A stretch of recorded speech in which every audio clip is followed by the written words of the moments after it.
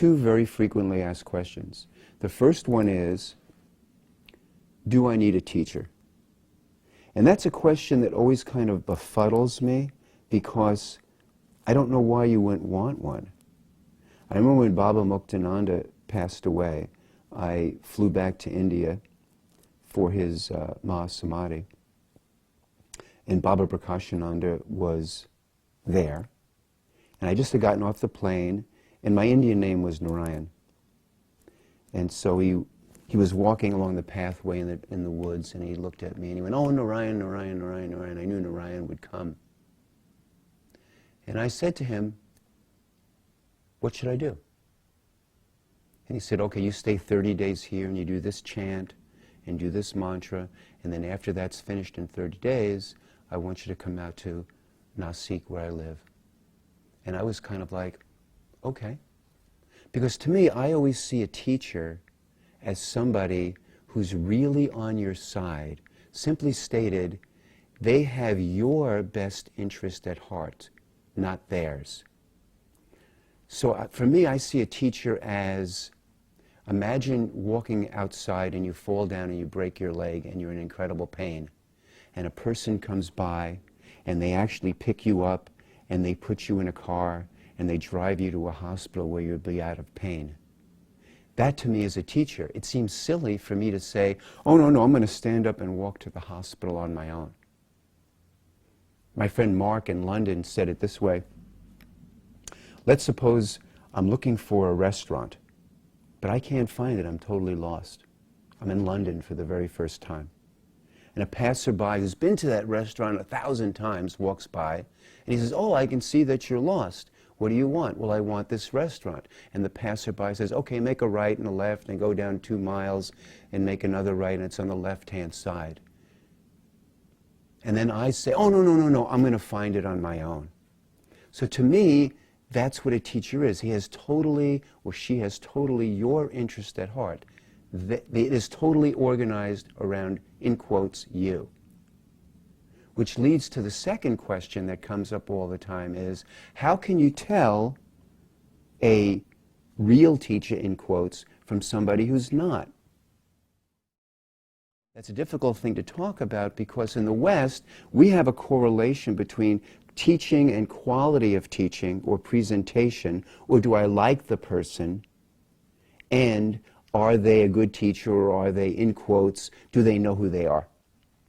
So the only thing I can really do is a neti-neti or a neti-neti on it, which is say, what is it to avoid? The first thing I would avoid is, as a neti-neti, not this, is if someone has an organization and hierarchies. If someone has an organization or hierarchies, then they're more than likely operating out of some kind of business model, where they want to bring people in and bring more people in and build centers and ashrams all over the place. I would avoid that. Another thing I would avoid is if somebody charges too much money. I have no problem with people charging for service. The question is how much. For me, the price should be within the standard of a particular country or situation where it is. So for example, if the standard in California for a one-day workshop is $125 a day or $150 a day, that's a reasonable price, given the context. In India, it might be 150 rupees a day. But when you find people all of a sudden charging $300, $400, $500 a day, that to me is something that is got to be neti-neti, something to be discarded. The third thing I would want to discard is when they have guarantees, guaranteed results. If you do this practice, you'll definitely get this permanent state. If you do that, you'll definitely get this. It's guaranteed. You take this workshop, you take this training, you do this practice, guaranteed. These all are part of the hierarchy, the business model, and what I call the awakening business.